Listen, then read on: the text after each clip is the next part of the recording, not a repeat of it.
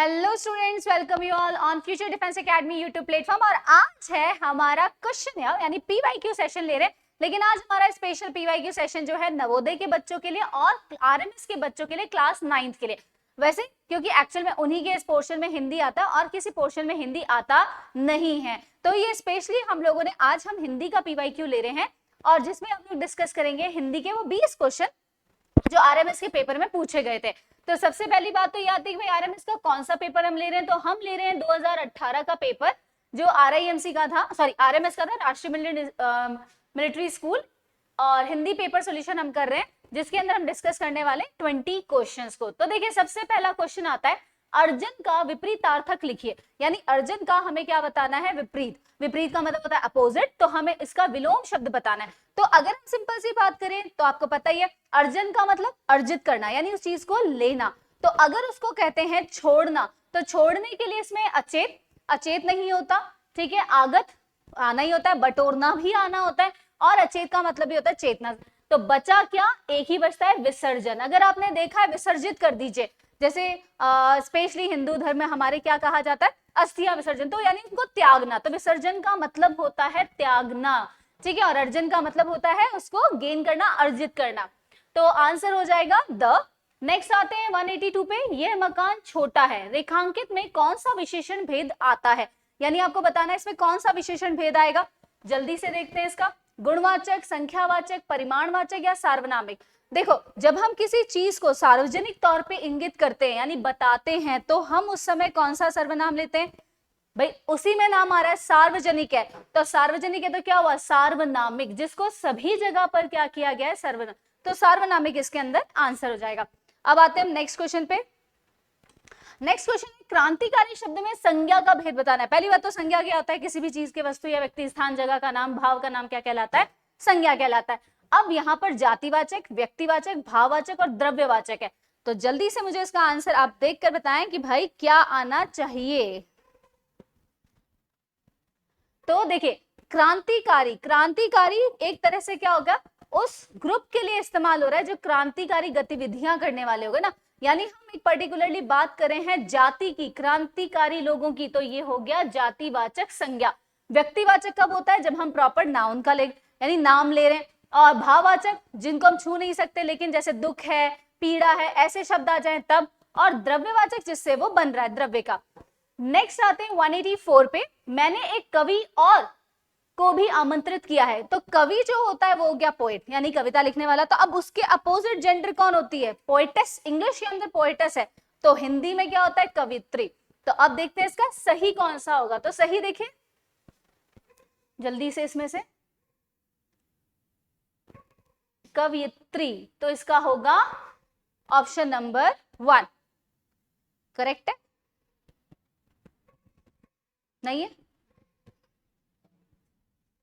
जी, नहीं कवित्री। लोग यही सोचते हैं त्री की मात्रा बड़ी आनी चाहिए, लेकिन आपको ये भी ध्यान होना चाहिए कवित्री नहीं, कवियत्री होता है। जी हाँ, हम बोलने में क्या करते हैं, कवियत्री बोल देते हैं, लेकिन कवियत्री होता है। प्रोनाउंसिएशन में बहुत फर्क आ जाता है, ये ध्यान रखें। तो इसका आंसर होगा ऑप्शन नंबर 4। नेक्स्ट आते हैं, डाई से पेट छिपाना। डाई कौन होती है, जल्दी से बताएं। भाई पुराने जमाने में दाई माँ वो होती थी जो बच्चे पैदा करवाते थे, ठीक है ना, घरों के अंदर, क्योंकि पहले बच्चे गांव में घरों में ही हो जाते थे। तो गांव के अंदर उस जो लेडी होती थी उन्हें हम कहते थे दाई माँ। तो दाई माँ से पेट छिपाने का मतलब है कि अगर कोई प्रेग्नेंट लेडी जा रही है, वो अपना पेट छिपाए, तो क्या दाई को पता नहीं लगेगा कि शी इज प्रेग्नेंट। तो पुराने जमाने के हिसाब से एक कहावत बनी थी कि इसका मीनिंग क्या हो गया, तो यानी कि आप क्या कर रहे हो, उनसे उन्हीं की वो चीज को जानबूझकर क्या कर रहे हो, छुपाने की कोशिश कर रहे हो। तो इसका क्या हो जाएगा, जानकर से बात छिपाना। तो इसका होता है दाई से पेट छिपाना। नेक्स्ट आते हैं 186 पे, जो पढ़ते हैं वह पास होते हैं। वाक्य में सर्वनाम भेद बताइए। आपको इसमें सर्वनाम का भेद बताना है कि सर्वनाम भेद क्या होगा। देखिए सर्वनाम क्या होते हैं आपको मालूम ही है, जो हम किसकी जगह इस्तेमाल करते हैं, संज्ञा की जगह पर। तो जो पढ़ते हैं वे पास होते हैं, निश्चयवाचक, प्रश्नवाचक, संबंधवाचक या निजवाचक। निश्चयवाचक जिसमें कोई ना कोई क्या आएगा, नंबर फिक्स होता है। प्रश्नवाचक में हमेशा क्वेश्चन मार्क आना चाहिए। संबंधवाचक में एक का दूसरे से क्या संबंध बन रहा है वो बताने वाला काम होना चाहिए। और निजवाचक तो फिर पर्सनल हमारे ऊपर आ जाएगा। तो यहाँ पर देखो क्या हुआ, जो पढ़ते हैं वह पास होते हैं, तो पास होने वालों का पढ़ने वालों से संबंध जो बता रहा है वो होता है संबंधवाचक। तो यहाँ पर आई थिंक आप सबको क्लियर हो गया कि संबंधवाचक होगा। अब आ जाते हैं 187 पे, लक्ष्य और लाक्ष्य शब्द का तद्भव। देखो इसका जो तद्भव है वो है एक फेमस, ऐसे याद करना हो ना तो राजस्थान में एक चूड़ी बहुत ज्यादा फेमस है, बहुत ज्यादा फेमस होती है, उसकी चूड़ियां बहुत बिकती हैं। बिल्कुल एग्जैक्टली अगर पास पहुंच गए तो किसकी चूड़ी, लाख की चूड़ी। तो बस इसका तद्भव का याद कर लो, लक्ष्य और लाक्ष का तद्भव होता है लाख। ठीक है, लाखों रुपए मिल जाने चाहिए, वैसे तो लाख लक्ष्य रुपए, लक्ष्य, तो इस तरीके से। नेक्स्ट, वह भाषा जिसकी लिपि देवनागरी है। देवनागरी बहुत ही मतलब पुरानी टाइम की भाषा है और इसमें आपको देखना है कि इनमें से कौन सी है। देखो पंजाबी, तमिल, उर्दू, तीनों को ऑप्शन हटा दीजिए, एक ही बचता है हमारा नेपाली। नेपाली भाषा की जो लिपि है वो क्या है, देवनागरी है। नेक्स्ट आते हैं 189, अर्थ के आधार पर वाक्य के भेद होते हैं। अब आप जल्दी से इसका आंसर देखिए भाई, अर्थ के आधार पर हमें वाक्य के क्या बताने हैं, भेद बताने। तो भेद कितने होते हैं जल्दी से भाई, कहीं कहेंगे मैम वाक्य के आधार मतलब उस पर तो 2 ही होते हैं, है ना, लेकिन हमारे अर्थ के आधार पे पूछे जा रहे हैं 8 वाक्य। कितने होते हैं, 8। इनके नाम अगर आप देखना चाहें तो होते हैं निषेधवाचक हो गया, इसके अलावा आपका हो जाता है प्रश्नवाचक, फिर आ जाता है आपका आज्ञावाचक, विस्मय आदि बोधक यानी विस्मय जिसमें हम लोग बात करते हैं, या फिर हम एक और लिए तो इच्छावाचक जिसमें हम अपनी इच्छा जाहिर करते हैं, संकेतवाचक और संदेहवाचक। ये सारे 8 क्या होते हैं, प्रकार होते हैं किसके, वाक्य के। किसके आधार पे, अर्थ के आधार पर। ठीक है, रचना के आधार पर 3 अलग हैं, वो भी और हैं। ठीक है, नेक्स्ट आते हैं गंगा हिमालय से निकलती है। गंगा हिमालय से निकलती है यानी कि ये यहाँ पर आपको बताना है पद में कारक। कारक यदि आपने सुने हो, कारक क्या है, कर्ता ने, कर्म को, करण से, अपादान, संप्रदान को, अपादान से, फिर तो यहाँ पर हम लोग बात करें हिमालय। तो देखो हिमालय से गंगा निकल रही है, इसका मतलब वो गंगा उससे क्या हो रही है, अलग हो रही है। ऑब्वियसली बात है ना, अलग हो रही है, डिटैच हो रही है उस चीज से। तो जब वो चीज उससे अलग होती है, जब भी कोई चीज से अगर हम इस्तेमाल कर रहे हैं अलग होने के लिए, से का अगर इस्तेमाल किया जा रहा है कारक का अलग होने के लिए, तो वो होता है अपादान। ठीक है, कर्ता ने कर्म को करण से, अपा ये से कौन सा होता है, जोड़ने वाला। ये चीज ध्यान रखें, से या ये आता है द्वारा के लिए, और ये से होता है अलग करने के लिए, पृथक करने के लिए, अलग करने के लिए। ओके, नेक्स्ट आते हैं, जो परिश्रम करते हैं वह सफल होते हैं। वाक्य का भेद कौन सा है, जो मैंने आपको बोला था रचना के आधार पर 3 प्रकार होते हैं। तो रचना के आधार पर 3 प्रकार के जो वाक्य होते हैं वो ये होते हैं, साधारण वाक्य, मिश्र वाक्य और संयुक्त वाक्य। अब आपको बताना है कि ये कैसा है। साधारण वाक्य में तो एक ही होता है कर्ता, फिर कर्म, और फिर उसमें क्या आ जाएगी, क्रिया आ जाएगी।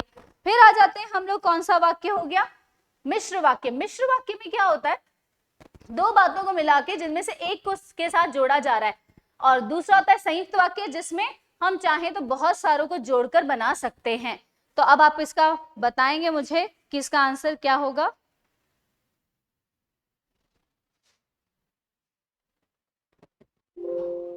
तो इसका आंसर है हमारा, जी हाँ, मिश्र वाक्य।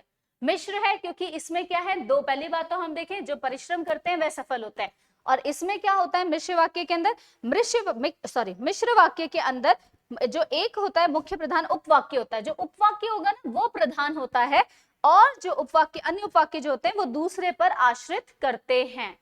यानी ये वाला वह सफल होते हैं जो परिश्रम करते हैं, तो ये उपवाक्य है। ठीक है, वह सफल होते हैं, लेकिन वह सफल होते हैं कब, जब वह परिश्रम करते हैं। नेक्स्ट आते हैं, भारत में हिंदी भाषा को राजभाषा का दर्जा कब दिया गया। तो इसका एक सिंपल सा फंडा बताती हूँ आपको, याद करने का बहुत ही आसान सा तरीका है। क्या आसान सा तरीका है भाई, हमारा कॉन्स्टिट्यूशन कब लागू हुआ था, 26 जनवरी 1950 को। ठीक है, हमारा संविधान लागू कब किया गया, 26 जनवरी 1950 को। उससे पहले हमारे संविधान के अंदर भाषाओं को लेकर जितनी भी चीजें थी सारी डिक्लेयर कर दी गई थी। तो फिर सोचिए उससे पहले ही होना चाहिए, तो यहाँ पर जितने भी 1950 से ऊपर वाले हैं उनको तो कैंसिल कर दो, सीधा मना। तो ये 1951 आ गया, 1950 है और ये 1964 है, क्योंकि ये 5 सितंबर बता रहा है, जबकि हमारा संविधान लागू कब हो गया था? 26 जनवरी। तो बात खत्म, हमारे को कब मिली थी? 14 सितंबर 1949 को हमारे भारत देश ने हिंदी को क्या किया गया था? राजभाषा का, राष्ट्रभाषा नहीं कही जा रही है, हम कह रहे हैं राजभाषा का दर्जा दिया था। ओके, नेक्स्ट क्वेश्चन पे आते हैं। 193, निम्नलिखित विराम चिन्हों में अल्प विराम कौन सा है? अल्प विराम मतलब जो थोड़े समय के लिए हम अपने ब्रेक लगाते हैं उसके लिए आ रहा है। तो देखो, ये तो है डबल इन्वर्टेड कॉमा जिसमें कथन आता है, तो ये कोई विराम नहीं है, बल्कि ये तो उसको हाईलाइट करता है। ये होता है फुल स्टॉप, जिसे हम बोलते हैं पूर्ण विराम, जो कि थोड़ी देर के लिए यूज किया जाता है। ये होता है कोलन वाला, जो अल्प विराम आता है लेकिन ये थोड़ा सा ज्यादा देर ठहरने के लिए। और ये तो है विस्मयादि चिन्ह, तो ये तो होगा नहीं। इसका आंसर है ब, जो अल्प विराम यानी थोड़ी देर आपको रुकने के लिए कहता है कि भैया रुक जाओ, इतनी जल्दी नहीं है। 194, साप्ताहिक शब्द में प्रत्यय क्या है?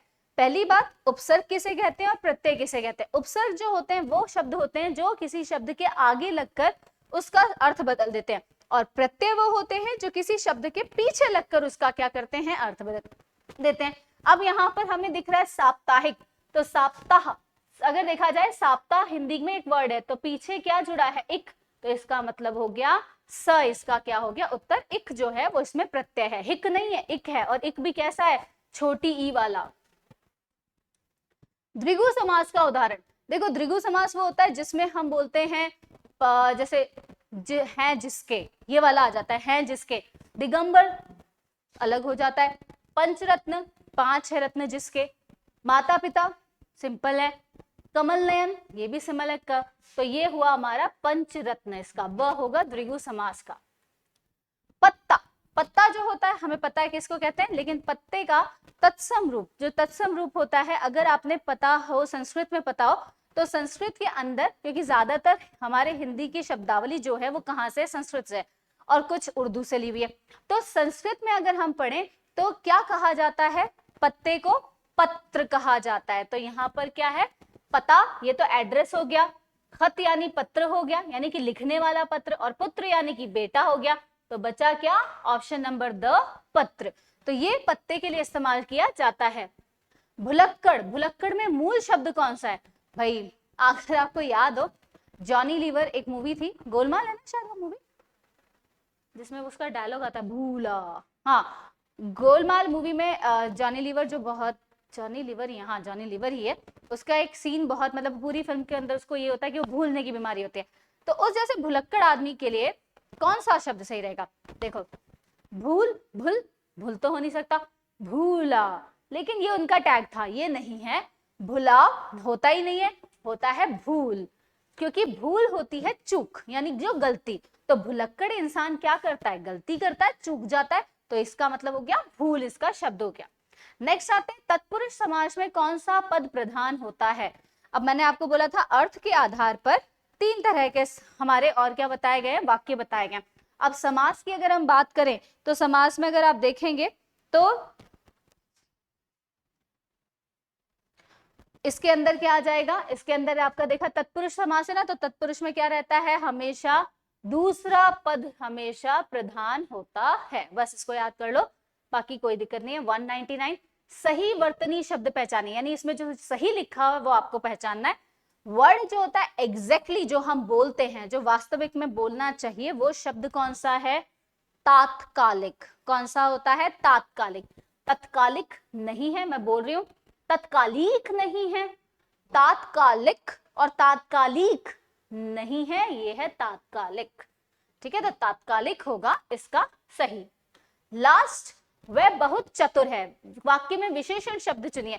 विशेषण क्या होते हैं? जो किसी की विशेषता बताते हैं। तो अब यहाँ पे ऐसा कौन सा शब्द है जो उस इंसान की विशेषता बता रहा है? उसकी इंसान की विशेषता बताने वाला जो शब्द है वो है चतुर। चतुर का मतलब, विशेषता का मतलब अच्छाई बुराई दोनों है, एक नहीं ले सकते। तो यहाँ पर क्या हो जाएगा? उत्तर हो जाएगा ऑप्शन नंबर ब। सो स्टूडेंट्स, आज हम लोगों ने हमारा हिंदी का जो 20 क्वेश्चन का जो सेशन आता है वो लिया है, जिसमें हमने पीवाईक्यूज को सॉल्व किया 2018 के आरएमएस के क्लास 9 का। ये बेनिफिट 9th क्लास के एग्जाम देने वाले नवोदय के बच्चों के लिए भी है और आरएमएस के। और अगर कोई चाहे जैसे कि हिंदी की थोड़ी सी बेसिक हमें नॉलेज होनी चाहिए, तो उनके लिए भी यूजफुल है। बाकी ऐसे छोटे छोटे हिंदी के जो वीडियो, क्योंकि हिंदी के ज्यादा क्वेश्चंस आते नहीं, आते ही बहुत ही मिनिमम 20 क्वेश्चंस ही हैं, लेकिन हमारे सही होने बहुत जरूरी है। तो आज जैसे हमने छोटी छोटी शॉर्ट ट्रिक्स देखी और ये भी देखा कि इसको याद करने का तरीका क्या है, तो आई होप आज का आपको अच्छा लगा होगा सेशन, और हम उम्मीद करते हैं हम आगे भी ऐसे लेकर आते हैं। और प्लीज प्लीज प्लीज वीडियो को लाइक कीजिए, हमारे चैनल को सब्सक्राइब कीजिए, शेयर कीजिए, और अच्छा लगे तो प्यारा सा एक छोटा सा कमेंट जरूर दीजिए। और टिल देन हम कल फिर मिलेंगे। Thank you so much. जय हिंद, जय भारत, गुड नाइट, शब्बा खैर, शुभ रात्रि।